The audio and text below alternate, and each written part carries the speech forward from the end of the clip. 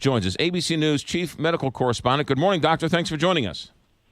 Good morning. Good to be with you. So over the weekend came a shocking study about breast cancer and chemotherapy. What did it say, and what are they saying now? This is hot off the presses yesterday and presented at the Big Cancer Conference in Chicago yesterday as well. It was in the New England Journal of Medicine.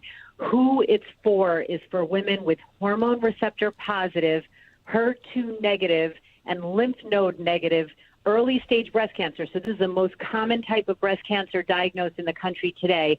It's based on a genetic test that's done on the actual tumor that then gives what we call an onco score. So it's a number 0 to 100 that predicts the risk of recurrence. Now, to go back for some, background, if you have a low risk, 0 to 11, easy decision. You don't need chemotherapy. It hasn't been shown to give any type of benefit. If you have a high risk score, over 25, also easy. Chemotherapy will be beneficial. The question is what to do for that intermediate range, that gray zone. That's what this study looked at, and they found that when they compared women, they haven't studied men yet, but when they compared women in that intermediate range, gave them chemotherapy versus a drug like tamoxifen versus just tamoxifen alone, there was no difference. There was no survival benefit. There was no decreased rate of recurrence risk. That is a big deal. Chemotherapy has come a long way, doctor, and chemotherapy wasn't like it was, say, 20 years ago or even 10 years ago. But is chemotherapy still, you'd much rather not have it than have it, right? Of course, and you're absolutely right. It's very different than it was 20 years ago, but to be clear, it's still no joke. It goes from everything from unpleasant to potentially being involved in causing other very serious health consequences. So if it can be avoided, that's the best thing for the patient in terms of side effects as well as cost.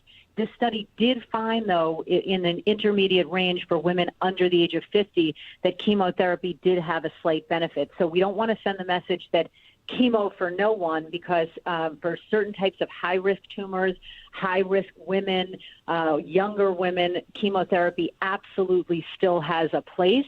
But this type of testing we can expect to see done not just for other types of breast tumors, but other cancers as well. This is not the future of cancer care. It's the present. Doctor, which leads me to my next question. There are some studies and then there are some studies.